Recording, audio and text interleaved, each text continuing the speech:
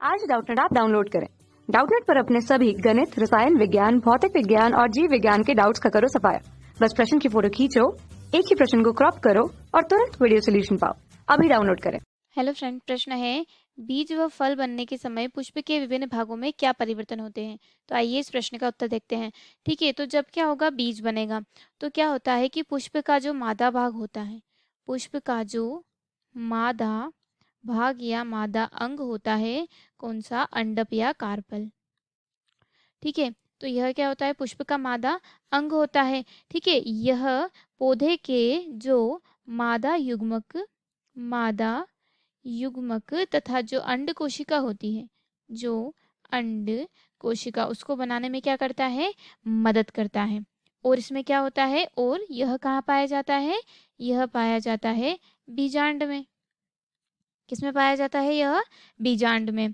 तो क्या होता है कि जब नर युग्मक मादा युग्मक से निषेचन करता है, तो जो निषेचित जो अंड कोशिका होती है, क्या होती है, जो निषेचित जो अंड कोशिकाएं होती है, वह क्या करती है, वह बीजांड में विकसित होती है।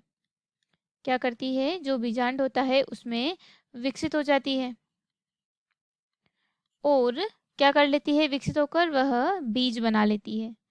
क्या होता है, विकसित हो जाती है और फिर यह विकसित होकर क्या कर लेती है, यह बीज बना लेती है। और फूल से जो फल रहता है वह कैसे बनता है, तो जो पुष्प रहता है उससे फल बनने की जो क्रिया होती है, उसमें क्या होता है कि जो बीजाणु रहता है, उस बीजाणु में निषेचित जो अंडा रहता है या जो अंड रहती है, उसका क्या होता है, कई बार विभाजन होता है।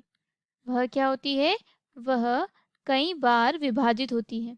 निषेचित जो अंड रहता है वह कई बार विभाजित होता है और क्या बना लेता है, विभाजित होकर वह भ्रूण बनता है।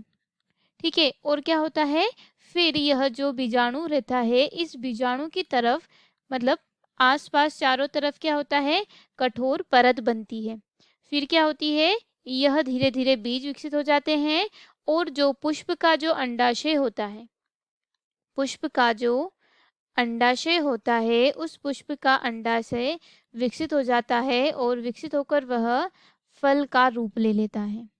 क्या कर लेता है, जो बीज का जो अंडाशय रहता है वह क्या कर लेता है, वह विकसित हो जाता है और विकसित होकर वह क्या कर लेता है, वह फल का रूप ले लेता है।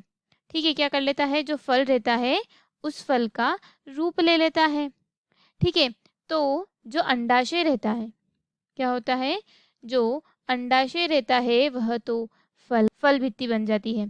और क्या होता है कि जो भ्रूण कोश रहता है, भ्रूण कोश, वह किसका निर्माण कर लेता है, वह भ्रूणपोष का निर्माण कर लेता है, भ्रूण पोष का निर्माण कर लेता है। तथा जो बीजांड रहता है, क्या होता है, जो बीजांड रहता है वह बीज में परिवर्तित हो जाता है। जो बीजांड आवरण रहता है या फिर कहते हैं कि जो बीजांड कवच रहता है, वह जो बीज रहता है उसका आवरण बन जाता है, बीज का आवरण बन जाता है। इसी प्रकार क्या होता है कि जो पुष्प होता है वह बीज व फल में परिवर्तित हो जाता है और उसके जो भाग होते हैं वह इसी प्रकार क्या हो जाते हैं, परिवर्तित हो जाते हैं। जैसे कि जो पुष्प रहता है उसका जो बाह्य दलपुंज और जो दलपुंज रहते हैं वह गिरकर मतलब मुरझाकर गिर जाते हैं, पुंकेसर सूख जाता है, वर्तिकाग्र मुरझा जाती है, वर्तिकाएं मुरझा जाती है। ठीक है, जो अंडाशय रहता है वही परिपक्व हो जाता है और फल का निर्माण करता है। तो यह था हमारे प्रश्न का उत्तर। धन्यवाद दोस्तों, आशा करती हूँ कि आपको इस प्रश्न का उत्तर समझ आया होगा। कक्षा 6 से 12वीं से लेकर नीट, IIT, JEE वो एडवांस के लेवल तक 1 करोड़ से ज्यादा छात्रों का भरोसा।